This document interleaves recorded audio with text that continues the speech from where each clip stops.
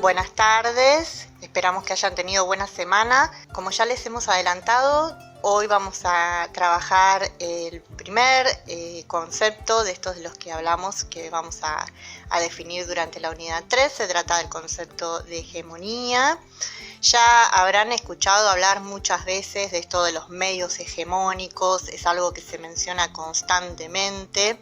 Bueno, la idea es hoy pensar un poquito de dónde viene esta idea de lo hegemónico, que estaría implicando. Estos conceptos que vamos a desarrollar en estos días, esta triada, nos sirve un poco para pensar cuáles son las operaciones que subyacen, que están detrás de todo esto que venimos hablando respecto a el poder de manipulación que tienen los medios sobre las audiencias.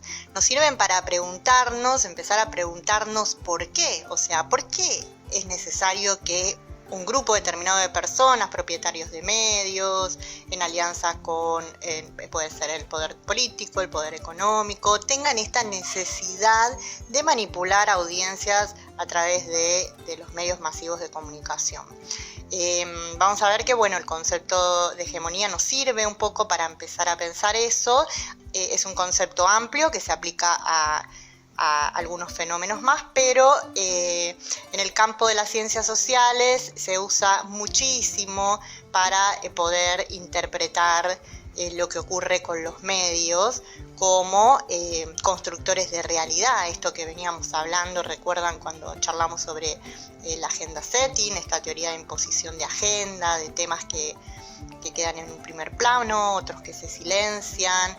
¿Por qué existe esta necesidad por parte de los medios? ¿Cuáles son los motivos, las intenciones, los intereses que hay en juego en todos estos actos de manipulación que sabemos que son constantes? Así que los invitamos a que pensemos un poquitito de dónde viene todo esto. El concepto de hegemonía va a ser pensado y problematizado en profundidad por primera vez por un teórico italiano llamado Antonio Gramsci. A lo mejor lo hayan escuchado nombrar en alguna otra materia. Antonio Gramsci, era un sociólogo, filósofo, periodista y militante político también italiano, que justamente va a ser contemporáneo a los autores de Frankfurt y también a los teóricos de Mass Communication Research. La diferencia con los autores de Frankfurt es que él va a desarrollar sus teorías y su pensamiento en Italia, que también estaba, al igual que Alemania, dominada por un régimen fascista, que en este caso se trata del de Benito Mussolini.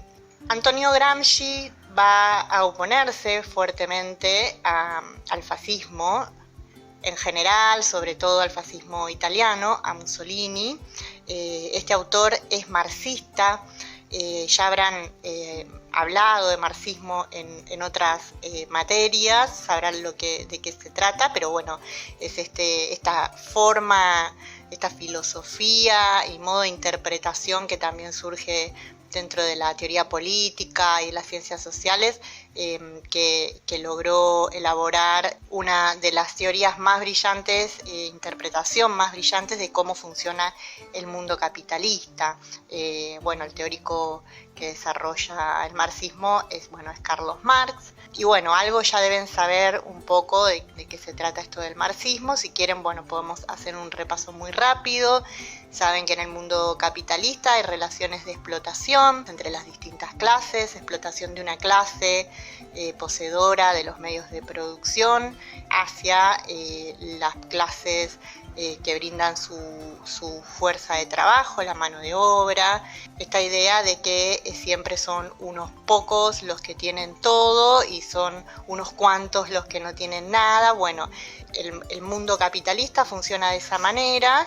Lo que Karl Marx va a decir es que este mundo capitalista está montado sobre una estructura económica que tiene que ver con quienes tienen los medios de producción y quienes son explotados por estos propietarios de los medios de producción, va a hablar también de lucha de clases, que hay una tensión constante entre las clases dominantes y propietarias y las clases explotadas o trabajadoras. Y bueno, para definir esto y entender un poco cómo funciona este mundo capitalista, él va a elaborar la metáfora de la estructura y la superestructura. Para Marx, esta estructura está compuesta por los medios de producción y por las relaciones que se tejen en relación a la posesión de los medios de producción. La relación entre dominados y dominantes, explotados y explotadores. Explotadores son los que tienen, los que son propietarios de esos medios de producción, y los explotados, por supuesto, son los obreros, la mano de obra que contratan estos dueños de los medios de producción. Para Marx, en el mundo capitalista, estas relaciones de producción tal cual están dadas, va a generar un reparto muy injusto de los recursos, de las ganancias que provienen de la fuerza de trabajo, de esta clase explotada, y la clase explotadora o los dueños de producción son quienes se van a quedar con una enorme ganancia que les viene justamente de la sobreexplotación de esa mano de obra, de esos obreros que están bajo su dominio. Y bueno, estas condiciones injustas van a hacer que haya una tensión constante entre estas dos clases, entre explotadores y explotados. Por eso es que Marx va a hablar de lucha de clases. Marx también va a considerar que por sobre esta estructura, por sobre esta base material, existe una superestructura. Esta superestructura está compuesta por lo que considera él la sociedad política, que tiene que ver con todo lo que viene del mundo de la política en general, las leyes, el poder policial, todo eso es parte de la superestructura, pero también es parte de la superestructura, y esto es lo que más nos interesa, todo lo que tiene que ver con la producción cultural de esas sociedades capitalistas, el mundo de las ideologías, de las creencias. Esto también, para el marxismo como más ortodoxo, va a depender todas esas ideas y esas formas de ver el mundo y esas creencias de la posición que cada uno ocupe dentro de esas relaciones de producción. Esto es lo que dice el marxismo clásico, y nos interesa mucho partir de acá porque Gramsci, el autor que vamos a ver hoy, con su concepto de hegemonía, va a trabajar fuertemente sobre lo que son los fenómenos superestructurales, sobre lo que pasa no tanto en esta base material o económica, sino lo que pasa en el mundo de las ideas, en el mundo de las imposiciones culturales, de las creencias y de la forma de entender el mundo. Gramsci fue, el autor que de alguna manera continuó la obra de Marx. Hay muchas cosas que Marx no llegó a elaborar, a investigar, a profundizar, y sí lo va a retomar Gramsci, sobre todo lo que tiene que ver con este mundo de imposiciones culturales y todo lo que tiene que ver con lo que pasa en esta superestructura. Ahora, vamos a charlar un poco concretamente acerca de este concepto de hegemonía, porque él, pensando estos fenómenos superestructurales o culturales, es que va a pensar en el concepto de hegemonía, que ahora vamos a desarrollar. Para situar, agregamos algunas cositas más sobre Gramsci. Él, por supuesto, como estamos diciendo, era marxista, era comunista, era, aparte de periodista y crítico, también era un militante político, lo que hacía que se volviera bastante más peligroso para Benito Mussolini, para este fascista que durante las primeras décadas del siglo XX instaló este régimen fascista en Italia.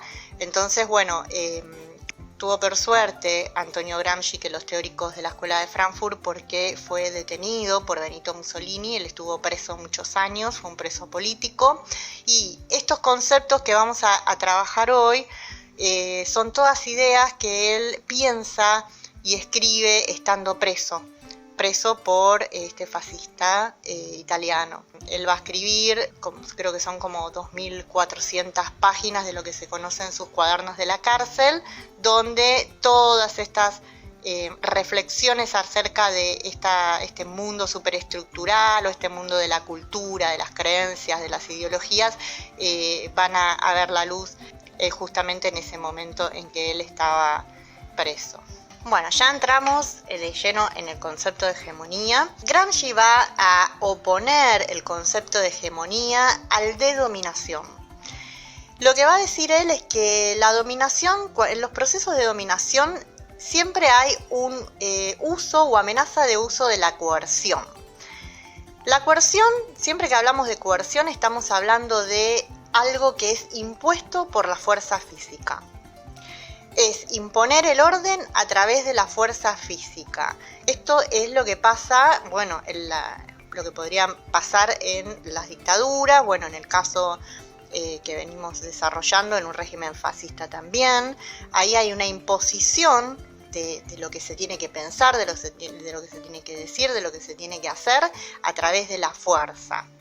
Sin embargo, lo que va a notar Gramsci es que el poder y las clases dominantes no siempre actúan a través de la fuerza y que lo más común, sobre todo en procesos democráticos, lo que opera es la búsqueda del consenso. De esto se trata la hegemonía. Una sociedad no funciona solo mediante la amenaza de la fuerza física, sino a través de la búsqueda del consenso, del intento de persuasión de la gente, de los ciudadanos, para que se piense, se diga o se haga determinadas cosas. Esto obviamente siempre en función de distintos intereses, que lo que va a notar Gramsci es que siempre estos intereses son los de las clases hegemónicas o dominantes.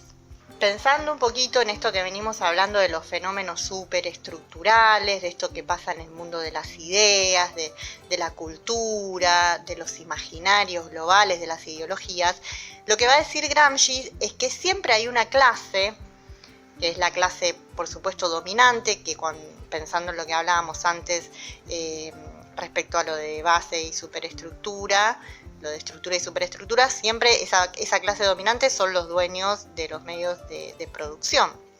Esas clases dominantes son los que van a intentar siempre por distintos medios imponer al resto de la sociedad, sobre todo a los sectores dominados o explotados, un sistema de significados que les es propio. Se trata de hacer que esos explotados o esas clases subalternas o no dominantes adopten como propias un conjunto de ideas acerca de cómo funciona el mundo, un imaginario global. Recuerdan que venimos hablando de este concepto de imaginarios, que es el de las clases dominantes, no son conceptos, ideas y creencias que son propias de estos sectores dominados. Son propios de las clases dominantes, quienes intentan imponer a estos sectores su propia ideología. Bueno, se preguntarán qué tiene que ver todo esto con los medios de comunicación. Gramsci lo que va a decir, bueno, que los procesos de hegemonía, los procesos hegemónicos siempre son procesos de imposición cultural de una clase imponiendo a la otra un sistema de valores, de significados, de interpretaciones del mundo. Por eso es que él va a hablar de que lo que existe en las sociedades capitalistas son procesos de hegemonía cultural, en el que las cosmovisiones del mundo, el conjunto de creencias e ideologías de la clase dominante, se difunde mediante mecanismos tales como la educación, la religión y los medios masivos de comunicación. Bueno, acá finalmente aparece nuestro objeto de estudio, que son los medios de comunicación. Fíjense cómo Gramsci está recortando a los medios como el recurso más efectivo para que estas clases dominantes puedan generar esta influencia sobre los sectores dominados, esta persuasión, estos intentos de de generar consenso y aprobación acerca de todas esas ideas y valores que tienden a reproducir el mundo tal cual está. Ese mundo tal cual está es un mundo injusto, muy poco igualitario, donde justamente hay pocos que tienen mucho y hay muchos que tienen poco. Entonces, para que este mundo se reproduzca y siga siendo de esta misma manera, hay que convencer de alguna manera a quienes peor la están pasando con este modelo, modelo de acumulación que es el capitalismo, de que es el único mundo posible. Para convencer justamente a las clases dominadas o explotadas de que este mundo tal cual está es el único mundo posible, estos sectores dominantes se van a valer de estos medios de comunicación para generar consenso acerca de sus ideas, valores, ideologías, justamente para mantener y conservar el status quo o el modo de relaciones tal cual está. Por eso es que Gramsci lo que va a decir es que estos tres mecanismos, educación, religión y medios de comunicación, cumple la función de educar a los dominados para que conciban este sometimiento ante las clases propietarias o dominantes como natural. Se percibe como natural. Este estado de las cosas es el único posible. Para reforzar un poco, entonces recuerden que en los procesos hegemónicos, según Gramsci, siempre opera el consenso. Es este intento de convencer y de persuadir a los otros. En este caso serían a los sectores dominados, a las audiencias. Y no la coerción, que es el uso de la fuerza física. Si los procesos hegemónicos transcurren de manera efectiva, y se hace un buen uso de los medios para poder influenciar a las grandes audiencias y de la educación, no hace falta el uso de la fuerza física, porque ya se logra de que estos sectores dominados adhieran a estas ideas de las clases dominantes y las vean como propias y naturales. Bueno, retomando un poco este concepto de lucha de clases propios del marxismo, esta tensión constante que hay entre las clases dominadas y las clases dominantes, Gramsci por supuesto, va a afirmar esto y dice que la hegemonía, estos procesos de construcción hegemónica, siempre engendra luchas y rupturas. No se trata de algo que es persistente, sino que siempre operan rupturas, choques y conflictos entre estas dos clases, estos dos sectores. Los sujetos no son estáticos ni pasivos, sino que pueden resignificar prácticas y sentidos, o sea, ofrecer resistencia ante las ideas que se les intenta imponer desde estos sectores dominantes, sobre todo desde los medios. Pensemos un poco todas las interpretaciones que estuvimos haciendo cuando vimos las distintas teorías de la forma que se percibía el receptor.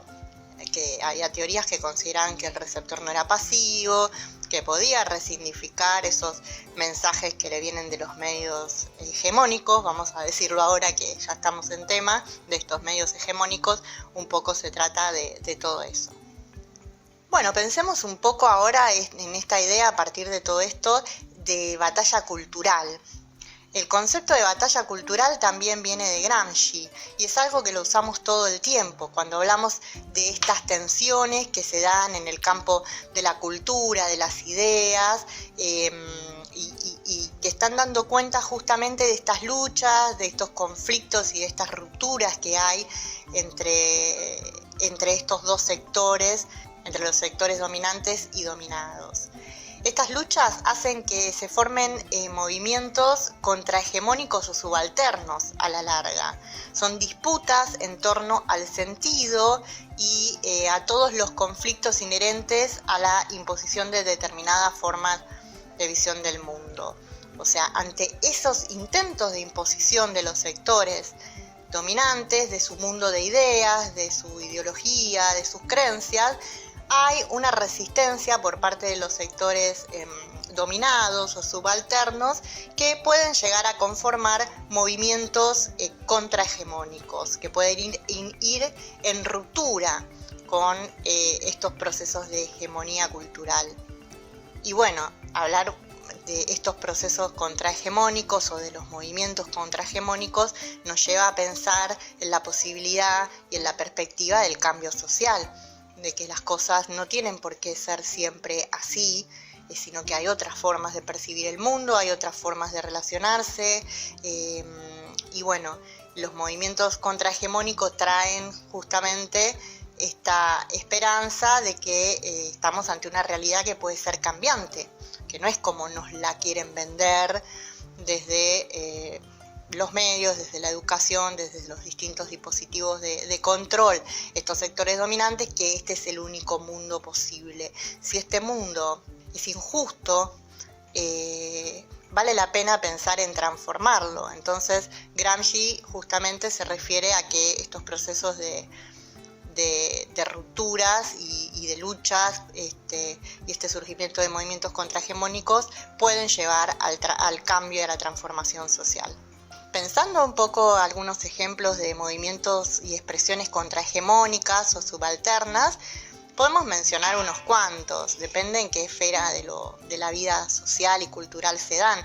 Por ejemplo, una huelga obrera es una forma de movimiento contrahegemónico, las movilizaciones de protesta en general, en el campo de la producción cultural, cualquier producción que intenta ser alternativa, como las canciones de protesta, la literatura crítica, todo lo que vimos, las teorías críticas de la Escuela de Frankfurt son parte justamente de estos movimientos contrahegemónicos, determinados movimientos políticos, los medios de comunicación alternativos, que los hay, que son expresiones de ruptura y de resistencia a la imposición de las clases dominantes de sus ideas a través de los medios hegemónicos. El movimiento de fábricas recuperadas, las distintas publicaciones en las redes sociales, el movimiento de mujeres. Hay muchas expresiones de estas formas de contrahegemonía de las que habla Gramsci. Ahora, lo que va a decir Gramsci también es que siempre hay como un juego, podríamos decirlo en términos vulgares, de tira y afloje, ¿no? Desde los sectores dominantes. Mientras estos sectores dominantes logran convencer, persuadir a las grandes audiencias o a los sectores dominados o subalternos a través de los medios, a través de la escuela. Mientras esto ocurre, todo se da con perfecta calma, entonces no hace falta imponer nada a la fuerza. Ahora, cuando un movimiento contrahegemónico se profundiza, el Estado, y que se vuelve inminente la posibilidad de una transformación social o un proceso de cambio profundo, como pueden ser las revoluciones sociales que conocimos en la historia, los estados y el poder, estas clases dominantes, que son los sectores económicos, determinados sectores políticos, van a poner en movimiento el aparato coercitivo para defender ese estado de las cosas que el mundo capitalista necesita para reproducirse. Entonces es ahí cuando se interrumpen los procesos de hegemonía y ocurren, las dictaduras, los movimientos fascistas. Se intenta imponer a través del aparato policial, el ejército, es cuando se inician procesos represivos de dominación. Ya no se logra de manera efectiva esto de convencer y persuadir a los sectores dominados, por ende hay que salir e imponer a la fuerza para que las cosas sigan siendo como eran hasta ese momento. Por eso para Gramsci, cuando la sociedad, cuando la hegemonía, estos procesos de hegemonía se ponen en riesgo, empieza a operar nuevamente la dominación. Se interviene a través de la dominación y este despliegue de este aparato coercitivo y de la fuerza, y esto se da cuando una ideología dentro de un movimiento contrahegemónico va a estar en contra del orden imperante que intentan imponer las clases dominantes. Esto es lo que ocurrió durante las dictaduras, pensemos en la dictadura de los 70, donde hubo un montón de grupos contrahegemónicos que trataron de pensar el mundo desde otros lugares más justos, y bueno, sabemos lo que pasó. Han salido estos sectores dominantes con lo peor de, el aparato coercitivo y con la fuerza policial y militar a terminar con esos movimientos contrahegemónicos. Bueno, ahora vamos a focalizar por último un poquito más en el tema de los medios y en cómo juega este concepto de hegemonía con los medios de comunicación. Para esto vamos a retomar un poco lo que vimos de la agenda setting, ¿se acuerdan? Esto de los medios como constructores de agenda, como quienes imponen una agenda de temas a las audiencias, y como constructores de realidad. ¿Se acuerdan que decíamos esto de que lo que no aparece en los medios no existe, y esta capacidad de manipulación constante que tienen de hablar de determinadas cuestiones, de silenciar otras? Bueno, en los procesos de imposición de agenda, en términos periodísticos más que nada, designa un modelo que establece una relación causal entre la importancia que asignan los medios a ciertos temas y la percepción que las audiencias tienen de la importancia de estas cuestiones. De esta manera, entonces, los medios elaboran una agenda con tres aspectos fundamentales. Por un lado, intentan lograr que se debata un tema. En segundo lugar, intentan lograr que un tema no sea debatido, o sea, su contrario. Y por otro lado, que es lo que más nos interesa, detrás de esta necesidad constante de los medios de construir una agenda, está esta necesidad o intención de imponer una definición de la realidad, que es de lo que venimos hablando, que ocurre con la imposición cultural propia en un proceso hegemónico. Cabe agregar que esta definición de la realidad que los medios intentan imponer a través de esta construcción de agenda, siempre responde esta definición de la realidad a los intereses que el medio representa. Ahora, ¿cuáles son estos intereses que los medios representan? Pensemos que los medios también son parte de estas clases dominantes, son de los sectores más poderosos, los dueños de los medios, son de los negocios más grandes de los últimos tiempos, o sea que los dueños, los propietarios de los medios son parte de estas clases dominantes que intentan imponer su ideología, su cosmovisión del mundo, sus valores. Estas ideas están diseminadas en toda la producción de esta gran industria cultural de la que venimos hablando, y es propagada a todas las audiencias, que podríamos ponerla a estas grandes audiencias masivas, masificadas, de las que venimos hablando, como los sectores dominados, tal vez, en su gran mayoría. O sea que, pensando esto en relación al concepto de hegemonía, todo lo que venimos desarrollando, estos medios, los dueños de estos medios, en alianza, por supuesto, con el poder político, con otros sectores del poder económico, son también la clase dominante, por ende son quienes también tienen esta intención y necesidad, para seguir siendo justamente clase dominante, de imponer su visión del mundo y este sistema de significados en el marco de estos procesos de imposición hegemónica o de hegemonía a los sectores dominados, que podríamos decirlo, pensando en los medios concretamente, a sus audiencias.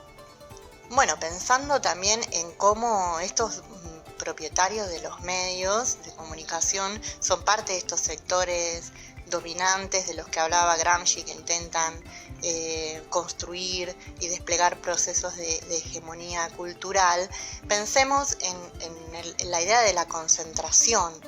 Nosotros, cuando hablamos de medios actualmente, en su mayoría estos medios que consideramos hegemónicos porque son los dominantes, los que son más masivos, los que tienen más audiencia,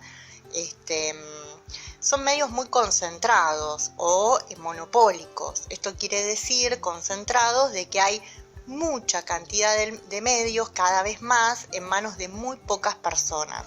Esto hace que estos propietarios de los medios tengan un enorme poder, tienen muchísimo poder porque tienen mucho dinero, entonces en ese sentido es que podemos decir que estos propietarios de medios son parte de estos sectores dominantes y tienen mucho interés en contribuir a estos procesos de hegemonía cultural.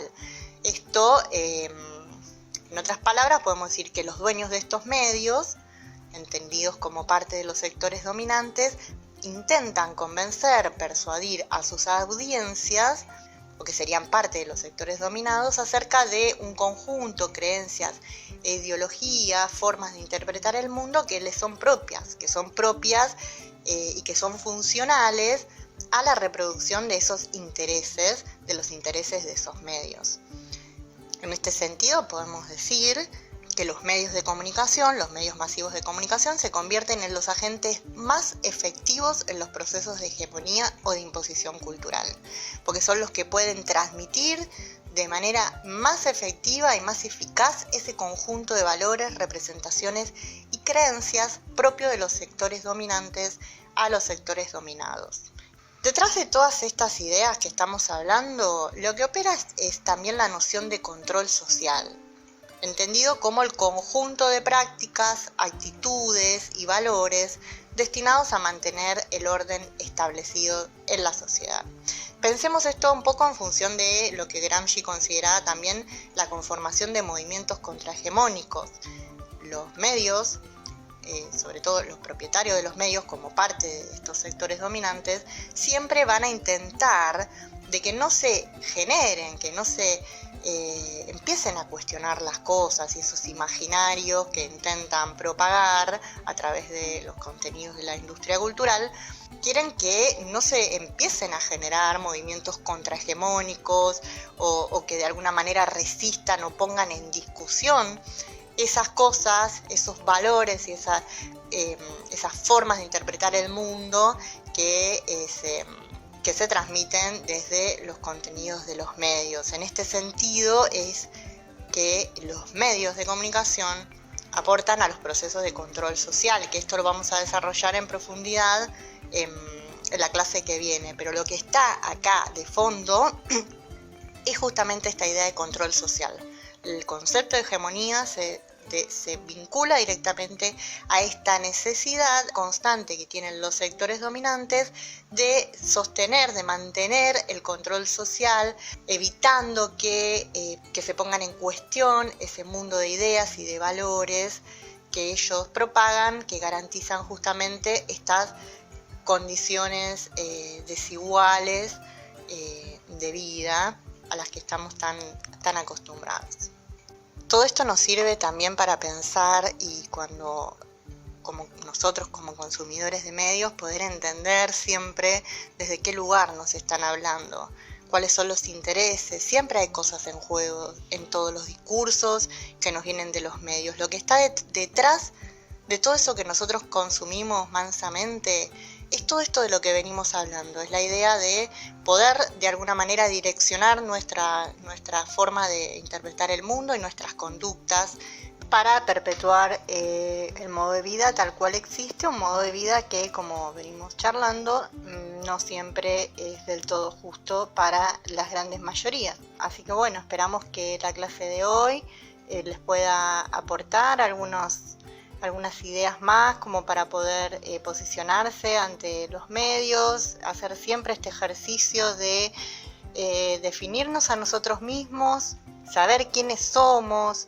en qué lugar estamos en esta oposición entre dominantes, dominados, de qué lado estamos nosotros parados, y también entender desde qué lugar nos están hablando quienes generan todos esos discursos que de manera cotidiana nos llegan desde los medios. Desde dónde están parados me refiero a pensar desde qué imaginarios nos están hablando y cuáles son los intereses que hay detrás de todos esos discursos que componen los bienes culturales o productos de la vasta industria cultural.